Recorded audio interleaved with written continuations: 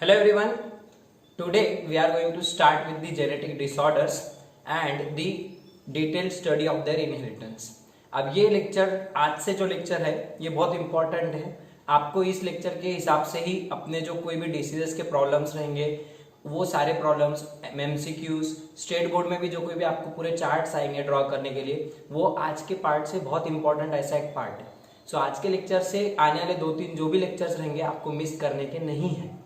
अच्छे से समझ के लो. मैं बहुत इजीली आपको एक्सप्लेन करके इनहेरिटेंस का पैटर्न सिखाने वाला हूं. Okay, so we are going to study the genetic disorders and that too there are two types of these genetic disorders are mainly two types of genetic disorders are there. Mendelian disorders and the chromosomal disorders. Mendelian disorders मतलब these are caused due to single gene mutation से होने वाले disorders को बोलने का Mendelian disorders, और chromosomal mutation से होने वाले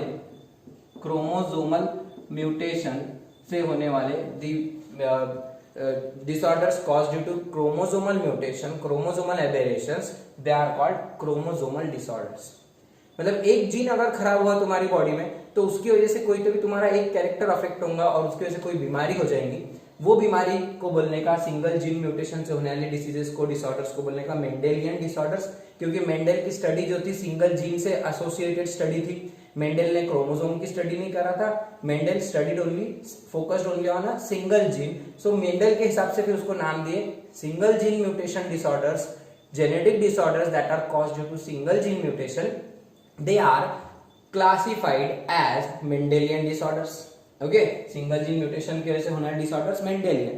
Whereas whenever there is increase in number of chromosome, decrease in number of chromosome, or deletion of chromosome, or any other such kind of chromosomal aberration, chromosomal mutation जो हमने previous lectures में देखे. So अगर chromosome में बदलाव हो रहे तो उसकी वजह से होने वाले disorder को बोलने का chromosomal disorders. ठीक है. So इसके अंदर क्या आएंगे अपन बाद में देखेंगे. अब जीन म्यूटेशन में भी दो प्रकार के अपने पास डिसीजेस हो सकते हैं. या तो ऑटोसोमल डिसीजेस रहेंगे तुम्हारे पास, या फिर सेक्स लिंक्ड डिसीजेस रहेंगे, या सेक्स क्रोमोसोमल डिसीजेस रहेंगे. Sex chromosomal diseases. सिमिलरली इधर भी दो प्रकार के क्रोमोसोम हो सकते हैं. या तो ऑटोसोम से रिलेटेड वो क्रोमोसोमल म्यूटेशन रहेगा, ऑटोसोमल क्रोमोसोमल डिसऑर्डर, या फिर वही सेक्स क्रोमोसोमल डिसऑर्डर. मतलब देखो यहाँ पे जो आपका जीन बदलाव होगा तो वो जीन का चेंज जो होगा या तो ऑटोसोम के कोई तो भी जीन का, chromosome number 1 to 22 they are called autosomes. Chromosome number 1 to 22 they are called autosomes. And the 23rd pair is called sex chromosome. It is either XX or XY. तो यहाँ पे कि कोई तो भी एक जीन का बदलाव हो रहा, एक ही जीन है, single gene, so it is called autosomal Mendelian disorder. और अगर तुम्हारे सेक्स एक्स क्रोमोसोम पे का कोई तो भी एक जीन खराब हुआ, वाई क्रोमोसोम पे का कोई तो भी एक जीन खराब हुआ, तो उसको बोलने का सेक्स क्रोमोसोमल मेंडेलियन डिसऑर्डर. इसी तरीके से ऐसा हो सकता है कि आपके पास कोई तो भी 1 से लेके 22 तक का कोई तो भी क्रोमोसोम एक्स्ट्रा आ गया. फॉर एग्जाम्पल आपके पास क्रोमोसोम नंबर 21 के 3 हो गए कॉपियां. नॉर्मली 2 पेयर रहते, एक पेयर रहते अपने 2 कॉपीज रहती हर क्रोमोसोम की डिप्लॉइड सेट में. 2 copies of each chromosome, it is called 2n is equal to 46, right? लेकिन कभी कभी एक आधी बार एक एक्स्ट्रा क्रोमोसोम आ गया, जैसे कि 21st क्रोमोसोम ट्रिपल वहां पे कॉपी हो गई उसकी प्रोड्यूस, तो उसको भी फिर क्या बोलेंगे ऑटोसोमल क्रोमोसोमल डिसऑर्डर. क्योंकि पूरा अक्खा क्रोमोसोम रिपीट हो गया. इसमें जीन डिफेक्टिव है, इसमें क्रोमोसोम डिफेक्टिव है. पूरा क्या फर्क है ध्यान में लो. अभी से ये चीज समझेंगे तो तुमको डिसीजेस के एग्जांपल्स लर्न होंगे. सो क्रोमोसोम पूरा एक्स्ट्रा हो गया, कम हो गया एक आधा क्रोमोसोम, तो वो कौन सा क्रोमोसोम है? Between chromosome number 1 to chromosome number 22 इनमें से कोई तो भी एक आधा क्रोमोसोम रहना या किसी क्रोमोसोम का नहीं रहना, मतलब ऑटोसोमल डिसऑर्डर. और उसी तरीके से सेक्स क्रोमोसोमल में फिर रहेंगे तुम्हारे क्रोमोसोम नंबर 23rd पेयर पे या तो एक्स क्रोमोसोम एक्स्ट्रा है, या एक्स क्रोमोसोम कम है, या वाई क्रोमोसोम नहीं है, वाई क्रोमोसोम एक्स्ट्रा है. जो भी होगा, डबल होगा, ट्रिपल होगा, multiple copies of X chromosome, Y chromosome, तो पूरा का पूरा एक्स क्रोमोसोम रिपीट हो जाएगा. तो उससे फिर अलग अलग प्रकार के सिंड्रोम होंगे, इधर भी सिंड्रोम होंगे अलग अलग प्रकार, तो वो हो जाएंगे sex chromosomal disorder. Okay, these are sex chromosomal Mendelian, that are sex chromosomal disorders. Okay, so इसमें फिर से अब दो प्रकार रहते हैं, या तो ये डोमिनेंट कंडीशन में अब जीन रहता, अब ये जीन से हो रहे ना, बराबर है, तो जीन के दो एलील्स रहते, एक डोमिनेंट एलील रहेगा, एक रिसेसिव एलील रहेगा, करेक्ट है। सो आइदर दैट डिसीज में बी डोमिनेंट डिसीज और दैट डिसीज में बी अ रिसेसिव डिसीज, या तो वो डोमिनेंट डिसीज रहेंगी या रिसेसिव डिसीज। सिमिलरली इधर भी दो प्रकार के अपने पास पॉसिबिलिटी है, एक्स और वाई। एक्स क्रोमोसोम से रिलेटेड कोई तो भी जीन म्यूटेशन होगा, या फिर वाई क्रोमोसोम से रिलेटेड कोई तो भी म्यूटेशन रहेगा। फिर उसमें भी ये रिसेसिव इधर लेंगे अपन।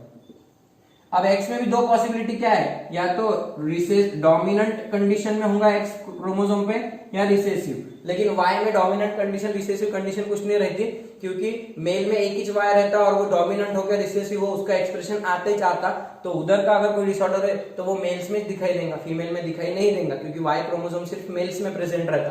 तो बीमारियां भी फिर मेल्स कुछ होंगी, फीमेल में कभी नहीं जाएंगी वो बीमारी। हाँ, एक्स क्रोमोसोम मेल में भी रहता, फीमेल में भी रहता, एक्स एक्स राइट, तो फीमेल एक्स वाई रहा तो मेल। तो देखो यहाँ पे फिर एक्स एक्स मतलब दोनों में कुछ भी कंडीशन हो सकती है, या तो एक्स डोमिनेंट है वो जीन, या फिर इधर रिसेसिव है, मतलब जो भी कंडीशन बनती है अपन एग्जांपल्स में देखेंगे। तो यहाँ पे फिर ऐसा हो सकता कि वो डोमिनेंट कंडीशन में भी बीमारी कर सकता है, या रिसेसिव कंडीशन में। ऐसे कई बीमारियां हैं जो वो जीन डोमिनेंट कंडीशन में बीमार कर रहा, कुछ जीन्स रिसेसिव कंडीशन में बीमार कर सकते, ठीक है।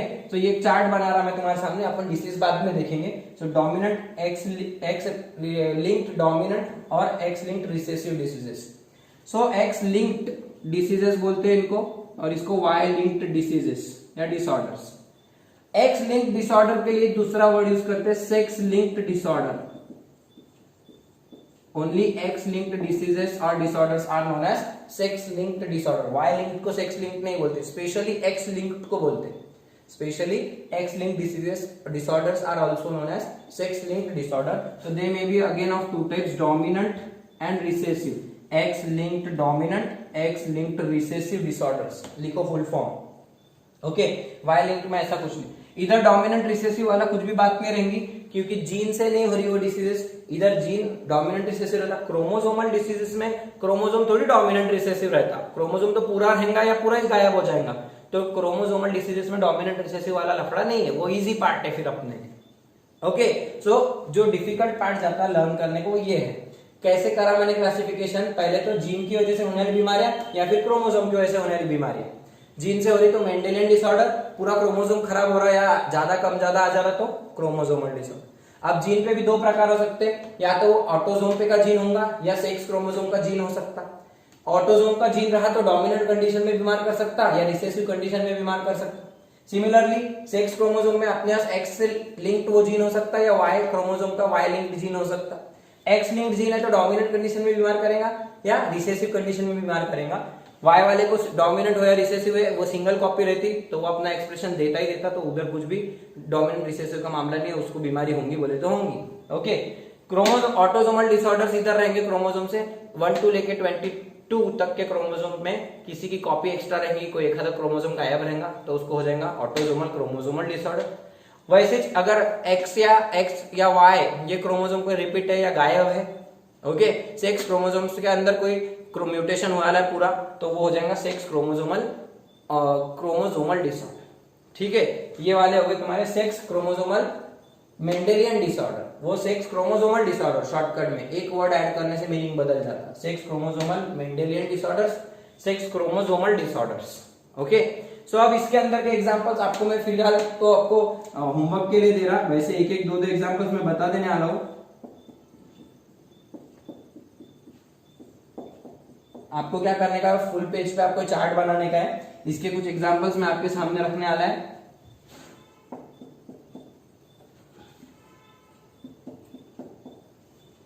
बहुत सारे एग्जांपल है, पूरा एग्जांपल्स का चार्ट है, जिसको चार्ट लर्न हो गया उसको बहुत सारे काम आएगा, क्योंकि मैच द फॉलोइंग में नीट में इसके ऊपर बहुत बार क्वेश्चंस आके गए वाले, तो आपको वो एग्जांपल्स के लिए ये पार्ट लर्न करने का है। नीट के लिए बोल रहा मैं, 2020 में भी नीट में इसी चार्ट में से एक क्वेश्चन आया था मैच द फॉलोइंग में, तो अच्छे से करके रखो, मेरे ध्यान से सुनो, जितना बोलो उतना ही करो। ओके, सो इसके कुछ एग्जांपल्स देखते हैं। The Mendelian disorders in which a gene present on autosome is affected, and if that gene is present in dominant condition, if that disease causing gene is present in dominant condition. अब gene के dominant condition कब मिलती है? For example अपना gene है ए gene है, तो ए के दो एलील्स क्या रहेंगे? एक कैपिटल ए रहेगा और एक स्मॉल ए रहेगा, कैपिटल ए स्मॉल ए। तो डोमिनेंट कंडीशन क्या रहेंगे? अब जीन के expression capital A capital A, capital A small a और स्मॉल ए, ये तीन पॉसिबल अपने को जीनोटाइप्स रहेंगे उसके। या तो वो ये होमोजाइगस डोमिनेंट रहेगा या हेटेरोजाइगस डोमिनेंट या होमोजाइगस रिसेसिव। तो अपने को कौन सी कंडीशन में बीमार करेगा? डोमिनेंट कंडीशन में। तो देखो इसमें उसका एक्सप्रेशन डोमिनेंट आने वाला है, क्योंकि कैपिटल ए एक भी रहा तो वो एक्सप्रेस हो जाएगा, बराबर। टॉलनेस के जैसा कैपिटल रहा एक भी, तो ये बीमार हो जाएगा, उसके हेड टॉल बनेगी। वैसे यहाँ पे भी देखो एक कैपिटल ए है, मतलब ये भी डोमिनेंट कैरेक्टर एक्सप्रेस करेगा, क्योंकि एक कैपिटल ए खुद को एक्सप्रेस करेगा, स्मॉल ए एक्सप्रेस नहीं होगा। और स्मॉल ए में इसमें उसको एक्सप्रेशन नहीं आएगा, इसमें रिसेसिव एक्सप्रेशन आएगा। ये बंदा नॉर्मल रहेगा, इसको बीमारी नहीं रहेगी, इसको बीमारी नहीं रहेगी। जैसा तुम्हारा सिकल सेल एनीमिया और रिसेसिव डिसऑर्डर है, sickle cell anaemia HbS condition में होता, ओके, उसका अपन ने इनहेरिटेंस देखे थे प्लियोट्रॉपी के टाइम पे, वो वापस आने वाला है यहाँ पे रिसेसिव। सो डोमिनेंट के वो डोमिनेंट ये दोनों कंडीशन में अपने को बीमार करेगा, रिसेसिव कंडीशन में बीमार नहीं करेगा, ठीक है। तो उसको बोलने का dominant disorder, autosomal dominant disorder, ठीक है। तो उसकी कंडीशन क्या है? It can cause diseases in this two conditions and this individual will be normal. लिख लो यहां पे क्या लिखने का? A small a is affected individual, affected मतलब बीमार हो जाएगा, and small a is normal, small a is normal. क्यों, क्या, कैसे, ये बाद में काम आएगा, तुमको अभी लिख के रखो बस मैं जो बोल रहा हूँ, ठीक है। अब इसके एग्जांपल्स आपके सामने जो एनसीईआरटी में दिया है, प्लस आपको जो अलग एक चार्ट है एनसीईआरटी की एक्सरसाइज नंबर 11 है, यहाँ पे नहीं, एनसीईआरटी की प्रैक्टिकल बुक में उसका पीडीएफ में आपके साथ शेयर करूंगा, वहां पे आपको ये पूरे चार्ट के एग्जांपल्स मिल जाएंगे। Still note down some examples. For example पॉलीडक्टाइली,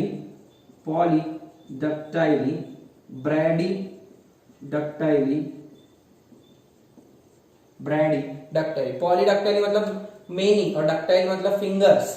so multiple, 10 से ज्यादा उंगलियां, नॉर्मल अपने को 10 फिंगर्स रहते, किसी को एक एक्स्ट्रा फिंगर रहती, जैसे कि तुम्हारा हीरो कौन सा, ऋतिक रोशन, उसको एक एक्स्ट्रा यहाँ पे एक फिंगर है। कुछ लोगों को छोटी उंगली एक्स्ट्रा रहती है, कभी इधर या फिर इधर, सो उनको 10 से ज्यादा 11, 12, 13 फिंगर्स हो सकते, हाथ पे भी पैर पे भी। That condition is known as polydactyly. So वो डोमिनेंट कंडीशन में होती। अपने जो जीन्स रहते हैं स्मॉल ए, तुम्हारे फिंगर के जो नंबर वाला जीन है वो स्मॉल ए रहा तो तुमको नॉर्मल फिंगर्स आते, लेकिन अगर वो डोमिनेंट कंडीशन में चलेगा तो वो एक्स्ट्रा उंगलियां बनाना तैयार करना चालू करता, तो वो डोमिनेंट डिसऑर्डर है। इसी तरीके से ब्रैडीडक्टाइली, छोटी उंगलियां, एकदम छोटी उंगलियां या फिर कम उंगलियां, नॉर्मल से कम उंगलियां, उसको बोलते हैं ब्रैडीडक्टाइली, वो भी डोमिनेंट डिसऑर्डर, ओके। सो अपने को डिसीजेस के सिम्टम्स में जाने के लिए एग्जांपल्स अपने काम की। सो पॉलीडक्टाइली, ब्रैडीडक्टाइली, विडोज पीक।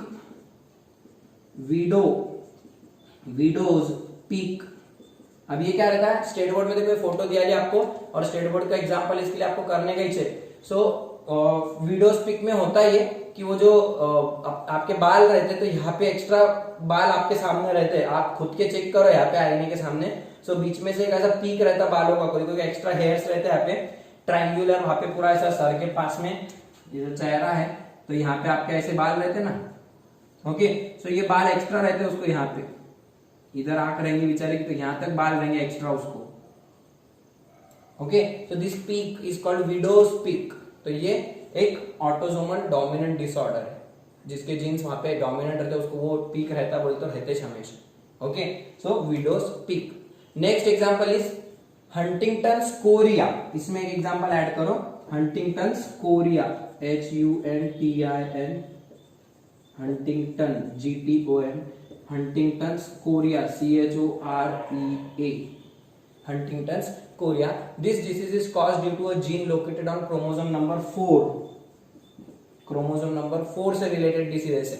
सो ये क्रोमोसोम नंबर भी लिख के रखो ब्रैकेट में, chromosome number 4, okay. One more thing, all these examples are given in your notes, classroom notes में आपको ये सारे एग्जांपल्स मस्त एक के नीचे एक दिया है ऐसे, सो वहां से आप नोट कर लेने का है। मैं सारे एग्जांपल्स नहीं लेने आ रहा हूँ, मैं सिर्फ आपको बता रहा हूँ, आपका काम है वो सारे एग्जांपल्स नोट करके चार्ट पूरा फिलअप करने का है। ये होमवर्क मैं हर बार देता हूँ, आपको खुद से करना है, और ये भी नहीं करेंगे तो आप ये पूरे पार्ट के मार्क्स भूल जाओ। And I am not going to provide you with the examples, मैं कुछ स्पेशल एग्जांपल से आपको याद रहना, बाकी के एग्जांपल्स आपको वो टेक्स्ट बुक आपके जो नोट्स है अपने क्लास के उसके अंदर से निकाल लेने। Okay, then here the examples of one more example is there, diabetes mellitus, diabetes mellitus, इसके जीन्स भी जो रहते हैं वो डोमिनेंट कंडीशन में एक्सप्रेस होते हैं। तो अगर आपके पास ऐसे कोई जीन्स है जिससे डायबिटीज मेलाइटस हो सकता है तो डोमिनेंट जीन्स होंगे और तब आपको डायबिटीज होगा है। ठीक है, रिसेसिव में रहेगा आपका sickle cell anaemia, sickle cell anaemia, then your albinism, albinism, PKU phenylketonuria, phenylketonuria PKU, okay, Tay Sachs disease, Tay Sachs disease, okay. बाकी के एग्जांपल्स आपको आपके पास से ऐड कर लेने के, सो पीकेयू और SCA, sickle cell anaemia, albinism और पीकेयू फिनिलकीटोन्यूरिया, ये डिसीज अपने को डिटेल में देखने के। अल्बिनिज्म में पूरी बॉडी का कलर व्हाइट रहता है, आपने कुछ लोग देखे होंगे जिनकी स्किन भी व्हाइट, हेयर भी उनके गोल्डन कलर की, आंखों के पूरे एकदम इवन पूरे, ये भी अपने जो रहेंगे तुम्हारे आईब्रोज तो वो भी ब्लैक नहीं रहते, हेयर भी सबका पूरा बॉडी की पूरी बॉडी सफेद पट रहती है उसकी, वो अल्बिनो बोलते हैं उसको, albinism, that is recessive character. उसमें मेलानिन तैयार ही नहीं होता, मेलानिन वाला पिगमेंट जीन खराब रहता, वो रिसेसिव जीन हो जाता, उसको बीमारी हो जाती, मतलब उसकी बॉडी का कलर मेलानिन पिगमेंट नहीं बनेगा तो स्किन कलर ऑब्वियसली फिर व्हाइट हो जाएगा ना। Okay, so that is albinism. Phenylketonuria तो अपने को देखने के Tay Sachs disease. Then X linked diseases में दो है, एक्स लिंक्ड डोमिनेंट और X linked recessive. So X linked dominant में एग्जांपल है डीएमडी, डीएमडी मतलब Duchenne's muscular dystrophy, this Duchenne's muscular dystrophy, DUCHENNE, DUCHENNE, Duchenne's muscular dystrophy. और incontinentia pigmenti बोल के एक डिसीज है, इनकॉग्निशिया पिगमेंशिया, so that is also dominant disease, incontinentia pigmenti, incontinentia pigmenti, उसमें colour पहचानने में परेशानी होती है। रिसेसिव डिसीज में आता है आपका एक्स लिंक्ड रिसेसिव के अंदर जो एग्जांपल्स है, ये तो रट्टा मारो अब बीच मेरे साथ, colour blindness, colour blindness, haemophilia, colour blindness, haemophilia, colour blindness and haemophilia best example है। बाकी क्या आपको डालने हैं, मैं दो बेसिक बता, डीएमडी इधर डाल दो, डीएमडी के नीचे इनकॉग्निशिया पिगमेंशिया, ओके, उधर कलर ब्लाइंडनेस हीमोफीलिया। अब वाई लिंक में एग्जांपल, एक ही एग्जांपल बता रहा मैं, हाइपरट्राइकोसिस, हाइपरट्राइकोसिस, एक्सटर्नल ईयर के ऊपर प्रेजेंस ऑफ हेयर्स, ये जो कान है आपका यहाँ पे, तो मेल्स में क्या रहता है, कुछ आदमी आपने ऐसे देखे होंगे उनके कान के ऊपर बाल आले रहते हैं, यहाँ पे पूरे ऐसे काले पूरे हेयर रहते हैं यहाँ पे, और इधर से भी हेयर्स रहते हैं, तो that is a disease, that is a disorder. तो वो डिसऑर्डर कौन सा है, दैट्स योर हाइपरट्राइकोसिस। हाइपर मतलब more than normal and trichomes मतलब hair, so presence of hair on the pinna is known as hypertrichosis. तो जो बंदे में इस तरीके के दिखेंगे तो वो अंकल को तो रहेंगे, उसके बेटे को भी वैसे बाल रहेंगे, उसके पोते को भी रहेंगे, ये वाई क्रोमोसोम हर बेटे में जाएंगे ना बाद में, तो फिर हर एक को उसके घर में ये हाइपरट्राइकोसिस का जेनेटिक डिसऑर्डर रहेगा। ओके, सो ये यहाँ पे प्रेजेंट। आपको दूसरा एग्जांपल खुद ढूंढने का, इसका सेकेंड एग्जांपल। ओके, एक और एग्जांपल है डिंपल्स इन चिक्स, आपके जो डिंपल आते गाल को आपके, सो वो डिंपल कहा कौन सा डिसऑर्डर है, डिंपल्स जो आते, बराबर मेरे को नहीं आते लेकिन जिसको भी आते होंगे डिंपल्स, तो वो डिंपल्स जो आ रहे हैं एक्चुअली यहाँ पे एक मसल एब्सेंट रहने की वजह से वो डिंपल्स पड़ते हैं। What is the reason for dimples, the absence of a facial muscle. यहाँ पे गड्ढा पड़ता ना, तो गड्ढा क्यों हो रहा हो, क्योंकि उसके हाथ का मसल ही गायब है, तो खड्डा हो जाता है वहां पे स्माइल देते टाइम, तो अपन उसको डिंपल बोलते हैं, और उसको डिसऑर्डर एक्चुअली तो वो इधर है, इधर है, इधर है, इधर है, वो कहाँ पे का डिसऑर्डर है, दैट इज योर होमवर्क, आपको ये ढूंढ के निकालना, लिख के रखो। Dimples in cheeks is which disorder, autosomal dominant है कि ऑटोसोमल रिसेसिव है, एक्स लिंक डोमिनेंट है या एक्स लिंक रिसेसिव है या वाई लिंक्ड है। देखो वाई लिंक तो नहीं होगा क्योंकि फीमेल्स में भी आते हैं ना डिंपल्स, प्रीति जिंटा को है ना डिंपल्स, तो प्रीति जिंटा में तो वाई क्रोमोसोम नहीं होगा, तो ऑब्वियसली वाई लिंक नहीं है, वाई क्रोमोसोमल नहीं है, वो एक्स लिंक हो सकता या ऑटोसोमल हो सकता। तो 1 2 3 4 जगह में से कहां पे आता है डिंपल्स, वो आपको लिख के रखनी है, that is a disorder actually. Okay, then autosomal में उधर एग्जांपल्स देखो, इधर भी बहुत सारे एग्जांपल्स है, मैं एक ही दे रहा, Down syndrome, Patau syndrome, Edward syndrome, cri du chat syndrome, cri du chat syndrome, बिल्ली के जैसा रोता हुआ आदमी, उसकी आवाज जो रहती बच्चे, बिल्ली के बच्चे की जैसी आवाज रहती, बिल्ली का बच्चा कैसा रोता रात को 2 बजे, कभी डर जाते हैं ना अपन, बिल्ली वगैरह रोई के कभी देखे क्या? अच्छा है नहीं उठे होंगे, उसके बाद तो नींद ही उड़ जाती है अगर बिल्ली ऐसे आके रोई तो। So cry like a cat, cri du chat syndrome, so वो भी एक क्रोमोसोमल डिसऑर्डर है। तो ये कौन से क्रोमोसोम से होता है अपन बाद में देखेंगे। देन हियर सेक्स क्रोमोसोमल में आपके है क्लीनफिल्टर सिंड्रोम, अच्छे से पहचानते तुम क्लीनफिल्टर को। Then your Turner syndrome, Jacobs disease, super females, वो उसके अंदर के एग्जांपल्स है, वो आपको मिलते हैं। तो वो बाद में देखेंगे जब अपन डील में करेंगे, पहले अपने ये important. These are the examples of various syndromes. पहले पूरा चार्ट अच्छे से लिख के रखो। मैं तो सजेस्ट करूंगा चार्ट अच्छा ड्रॉ करो, उसकी जेरोक्स निकालो और जेरोक्स को तुम्हारे कहीं तो भी स्टडी रूम में उसको अच्छी जगह पे स्टिक करके रोज आंखों के सामने रखो, क्योंकि मैं तुम्हारे हाथ जोड़ के बोलता इसमें से बिल्कुल मैच द फॉलोइंग में क्वेश्चन आता, मतलब आता। इतना इंपॉर्टेंट चार्ट है आपको ये एग्जांपल्स लर्न करने के। पहले तो सब टर्मिनोलॉजी समझिए, देखो what are Mendelian disorder, what are chromosomal, they are caused due to single gene mutation, they are caused due to chromosomal mutation.